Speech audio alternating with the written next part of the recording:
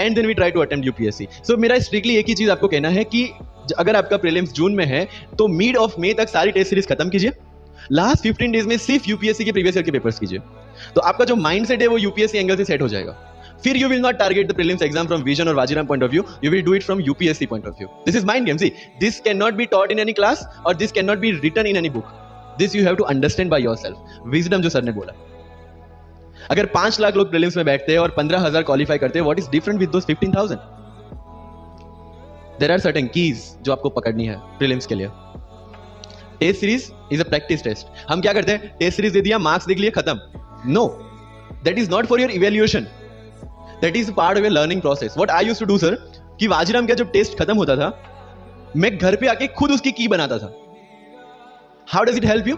It helps me to understand the entire topic again. 1 to 100 question, 100 topics, again you are revising.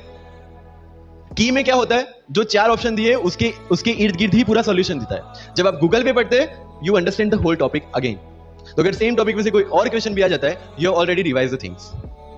This is how you will practice for prelims. अगर कहीं पे भी time invest कर रहे हो, you have to get optimum output out of that. लोग current affairs के notes बनाते हैं न्यूज़पेपर पढ़ के। I never made any notes. Why? जब कोचिंग क्लासेस इतना पैसा दे के उनके लोगों को बिठा के न्यूज़पेपर में से, पीआईबी में से, पीआरएस में इतना अच्छा मंथली मैगजीन प्रिपेयर करते हैं, what's the need for me to write down the same thing again in my notes? उससे बेटर है कि मैं वो मंथली मैगजीन बार बार रिवाइज कर लूं। वाजीराम में एक सिस्टम है, 500 लोगों का क्लास होता है। अगर आपको फ्रंट रो में बैठना है तो you have to go 1 hour early. So मैं 1 घंटे पहले जाता था, लेकिन 1 घंटे पहले जाके लोग वहां क्या करते थे, they started discussing the things जिनके बारे में उनको खुद को पता नहीं होता। What I used to do, putting on my headphone, taking the monthly magazine and going through the sections one by one. 1 साल मंथली मैगजीन को 1 घंटे वहां बैठ के ही रिवाइज किया है। No extra time for that. और इसी हिसाब से प्रीलिम्स के पहले मेरे मंथली मैगजीन 5 बार रिवाइज हो चुके थे। That give you the confidence to go for the prelims exam. Revision, हर बार क्या होता है प्रीलिम्स में जाते हैं, एक क्वेश्चन देखा, 2 ऑप्शन पता है, 2 ऑप्शन नहीं पता है, होता है यूपीएससी में। It's very common. 2 ऑप्शन पता है, that means you have read that topic. 2 options नहीं पता, that means you lack clarity on that topic. ये डिलेमा वाले क्वेश्चंस जितने कम, आइदर आपको आता है और नहीं आता है, दैट्स ऑल।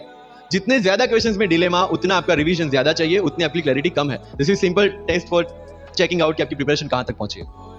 जब भी टेस्ट लेके बैठो, टॉपिक है, अगर पढ़ा हुआ है तो यू मस्ट नो एवरीथिंग। अगर नहीं पढ़ा है, that's not the issue. See, you just need to score 60% or 70% in prelims. Same thing, 50% in mains. So there is no one who can clear the 100% syllabus of UPSC. आज तक UPSC, GPSC दोनों first attempt में clear करने के बाद भी, if I am asked something from medieval India, I don't know anything.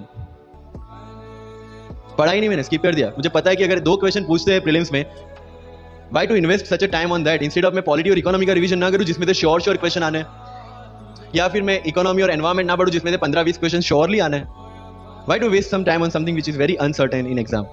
And believe me, जब मैंने मेडिवल छोड़ा, मैं सर के पास गया था, he might not remember, लेकिन मुझे याद है। मैं बोला, सर मेडिवल पढ़ूं? बोलते क्वेश्चन पूछते तो नहीं है मेडिवल में, लेकिन मैं ये नहीं कहूंगा कि तुम मेडिवल मत पढ़ो। क्वेश्चन आ गए तो, एंड आई अंडरस्टूड, सर समझदार को इशारा काफी है। I left the portion and 2017 के प्रीलिम्स में एक भी क्वेश्चन मेडिवल से नहीं है। अब इसको आप लक बोलोगे, और ये लक तब बना जब मैंने कोई डिसीजन लिया। समझ रहे हो, राइट? तो सी, यूपीएससी मैंने पहले भी अपने इंटरव्यूज में कहा और आज फिर से करा, it's just a mind game. It's just a mind game.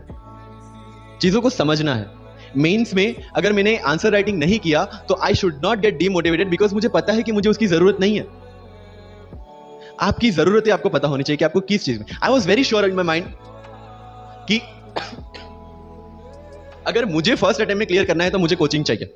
That was very clear in my mind. जब मैंने सोचा कि कोचिंग करना है, वाजीराम में करना है, क्योंकि I research a lot about coaching institutions, तब मैं डिसीजन पे पहुंचा कि वाजीराम में करना है। पता चला कि वहां की फीस 1.5 लाख है, रहने का खर्चा 3-3.5 लाख तो आराम से हो जाएगा।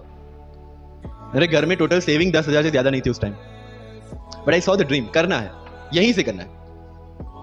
एंड फिर गांव से एक बिजनेसमैन ने बोला कि ठीक है, you go to Delhi, you pursue your dream, I will finance your expenditures.